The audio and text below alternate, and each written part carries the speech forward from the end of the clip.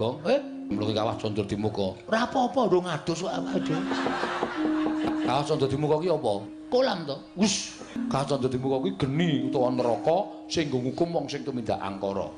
Isine geni tok kuwi nggo nyiksa wong. Aja. Ya ya mulih. Lho kok aja mulih kita? Wis wajib tak paneni kok mulih. Iki tekse wani karo para Jawata. Nuwun sewu mboten ajeng wantun. Kula mengke pengen boyong sekar Purun Pertangga Jiwa, sekar Jambu Dipa Nirmala. Niku tok nggo saat bapak li ajeng bangun karang kadempel kok pukulun.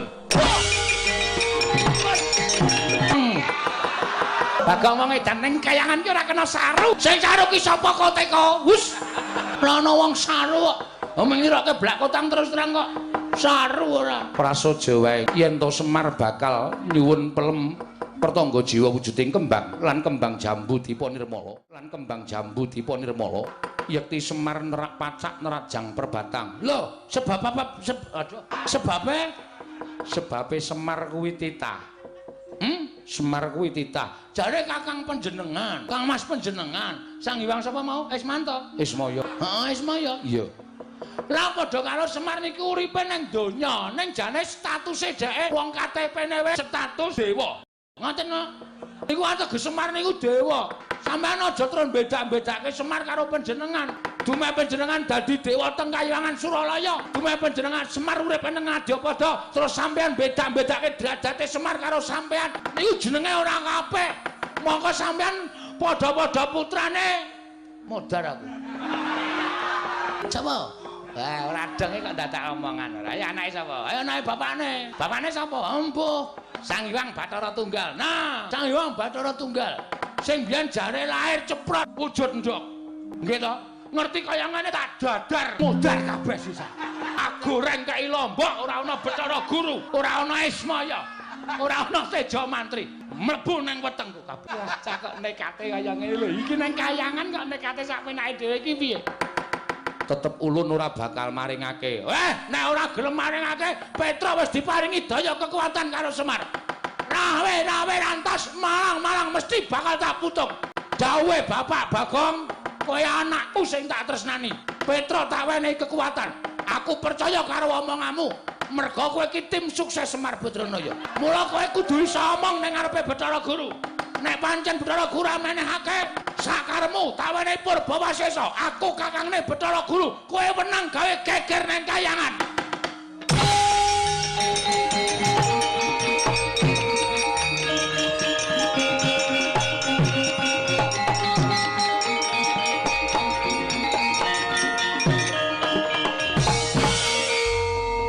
Mastu Nama Sidam Sekaring Bawara Langgeng ngilang ngawi gena Mastu Purnama Sidam.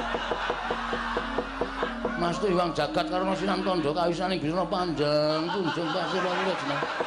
Nggih negari ku ditingkake. Iki malah janturan ki ngapa cah iki?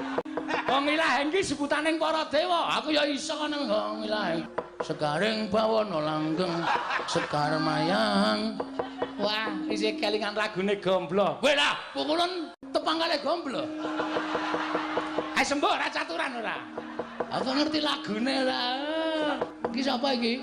Bathara Indra, ngati-ati ya, Ngger, ngati-ati. Nek musuh liyane kita kena sembrono ning bocah iki ndugal kewarisan. Ngerti ta kowe kedadiane Bagong iki saka sapa? Mula Bagong kuwi ndugal kewarisan luput senjata tawa, ora tau kena walat, ora tau kena apa-apa merga Bagong iki dumadi saka ayang-ayangane Semar. Weh.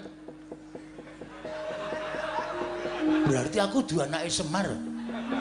Kita kuwi kancane Semar ingkang dhisik dhewe janjane pancen Petruk karo Garengke luwih kalah tuwa lawan jeneng kita. Oh, asem. Oh, diterano gajule sirahe tenan. Kok digajuli sirahe ora kualat tuaku kok. Bagong. Non. Waspadakno. Nggih, ulun Bathara Indra. Ulun putrane Bathara Guru ingkang angka catur. Angka 4. Iya. Mbarepe sapa? Lho.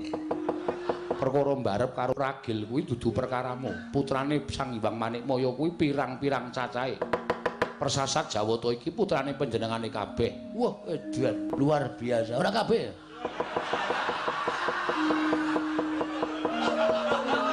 Apa ora? Bagong ki omongan iso ditekuk-tekuk. Kuwi jenenge nyalahi peraturan ning pemerintah. Napa? Apa gunane ana BKKBN? Kena ngapa Bathara Guru anake pirang-pirang. Kuwi teges ora iso dadi patuladaning para titah. Dene dawuh karo para titah. Cukup 2 saja. Apa itu?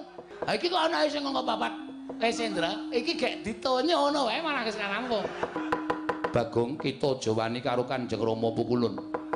Mergane Rama Pukulun, lho, Rama Pukulun ramamu apa piye?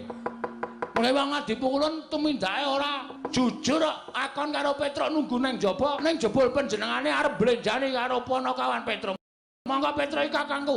Mula wektu dina iki kula njaluk keterangan sing gumathok.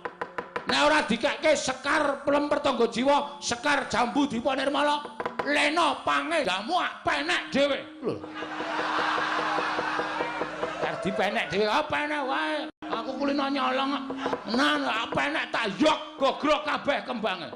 Aja ngawu gawan ngawur. Ya wis men, yen kita wani kan para dewa, tegese kita bakal cepak pati kita Bagong. Pancen kuwi sing tak gayuh. Urip ngopo bendina mung bayar kreditan wae. Esuk 2000, awan 2000, sore 2000. Uripku ki wis rekoso. Ciduk wae tak kredit kok. Lah ciduk kok dikredit kebangetan lho. Ya men sak karepku. Sedeng rusak urung lunas ya wis ngrekoso malah uripe. Kita metu njaba tunggu ning repat kepanasan. Mboten. Kula tetep ajeng nyuwun keterangan. Diparinge napa mboten? Yen diparingke kayangan ayam ayan tentrem. Yen ora diparingke dening Wang Pikulun Manikmaya, rubutan para dewa. Ayo. Sapa kene sing dadi senopati ning para Jawata? Yen perlu Yama Dipati kon jabut nyawane. Bagong urung jabut nyawa, teteki untune jabuti untune. Sing kondange Wang Pikulun Bathara Brama sing iso ngobong apa-apa, apa rumangsamu aku ora nggawe ember.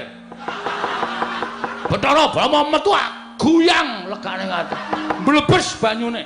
Ayo sapa meneh sing arep ngrubut karo Bagong? Nek ora tak kayangan iki ndak dewa-dewa Jawa adil. Bangane Semar munggah ning kayangan wong tuwek ketayalan luwung Bagong sing ora truma ning kayangan. Metu njaba ora metu ulun bopong ning njaba. Ayo kowe arep bopong aku piye kowe Bathara Brama?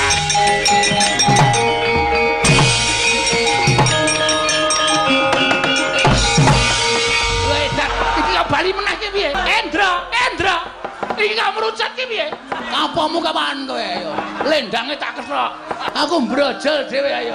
Ah Bagong sepeleke cah digdaya. Weh Yama Dipati. Wae Bagong gendong.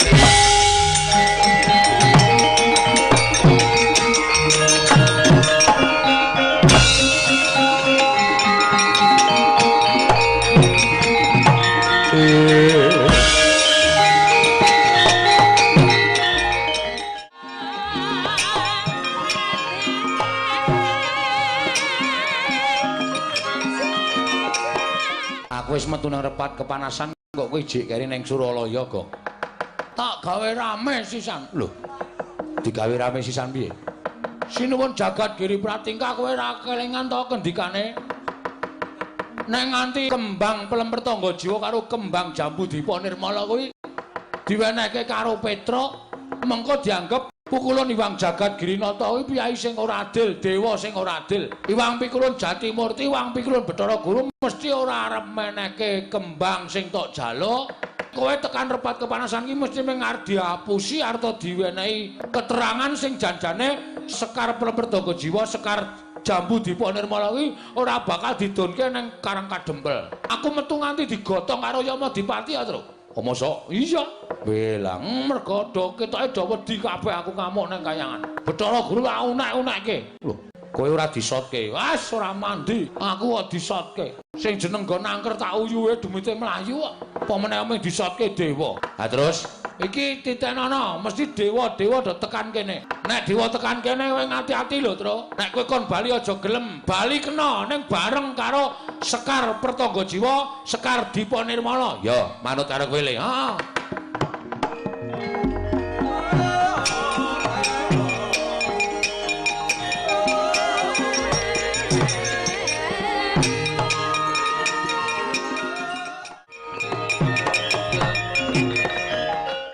Hati-hati lho, Tru. Rasa kuwatir, Go. Aku wis disebul bun-bunanku ping 3 karo bapak. Jare bapak aku digdaya, tak jajali nek mungsuh dewa iki menang apa kalah. Ngati-ati. Heeh. Malah kowe wae sing ndelik. Ngapa? Kowe disebul to.